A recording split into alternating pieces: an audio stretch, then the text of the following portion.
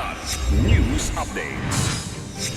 Mga balita ngayon, arrest warrant kay Atong Ang inilabas ng Korte ng Santa Cruz, Laguna. 54.4 million pesos halaga ng shabu nasabat sa bypass sa Naga City, Cebu. Away ng dalawang pamilya sa Sultan Mastura mapayapang naresolba sa dispute resolution. Ako po si Cesar Sorian para ihatid ang mga nangungunang balita sa buong kapuluan. Ngayon, Inilabas na ang warrant of arrest sa negosyanteng si Charlie Atong Ang kaugnay ng pagkawala ng mga sabongero. Sa bisa ng warrant mula sa Santa Cruz, Laguna Regional Trial Court Branch 26, ipinaaresto si Ang at iba pa sa 3 counts ng kidnapping at serious illegal detention at kidnapping with homicide. Non-bailable ang mga kasong isinampas sa kanila. Bukod sa Santa Cruz, nahaharap din sa mga kahalintulad na kaso si Ang sa Regional Trial Courts ng San Pablo, Laguna at Lipa, Batangas. Ayon naman kay PNP Acting Chief Lieutenant General Jose Melencio Nartates, kumikilos na rin ang kanilang tracker teams para isilbi ang arrest warrant kay Ang. Tukoy na rin ng otoridad ang lokasyon nito. Una nang naaresto ang 9 na police officers na saklaw ng arrest warrant ayon sa CIDG-NCR. Mahigit 54.4 million pesos halaga ng hinihinalang shabu ang nasabat ng mga otoridad matapos arestuhin ang isang target-listed drug personality at 3 niyang kasamahan sa isang bypass operation sa Sitio Suba, Barangay Tuyan, Naga City, Cebu noong gabi ng Enero 13.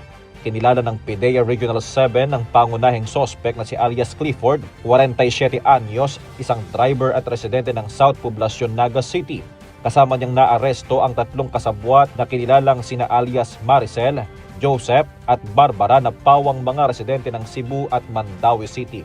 Sa operasyon na pinangunahan ng PDEA Cebu Provincial Office, katuwang ang iba't ibang law enforcement units, na-recover ang 8 pakete ng hinihinalang shabu na may timbang na humigit kumulang 8 kilo, pati bypass money, mga ATM at ID cards, 7 cellphone at 1 sasakyan. Ang mga sospek ay nasa kustodiya na ng mga otoridad at nahaharap sa kaukulang kaso.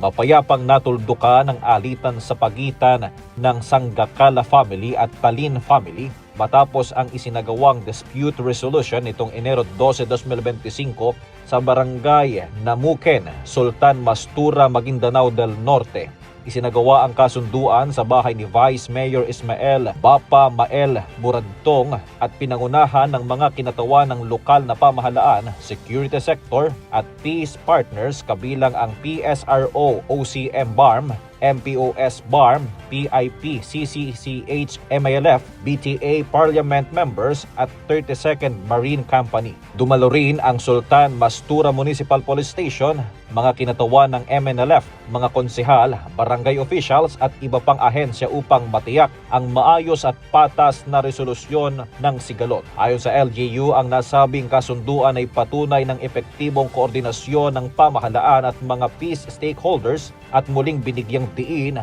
na ang dialogo at pagkakaunawaan ang susi sa pagpapanatili ng kapayapaan at pagkakaisa sa komunidad.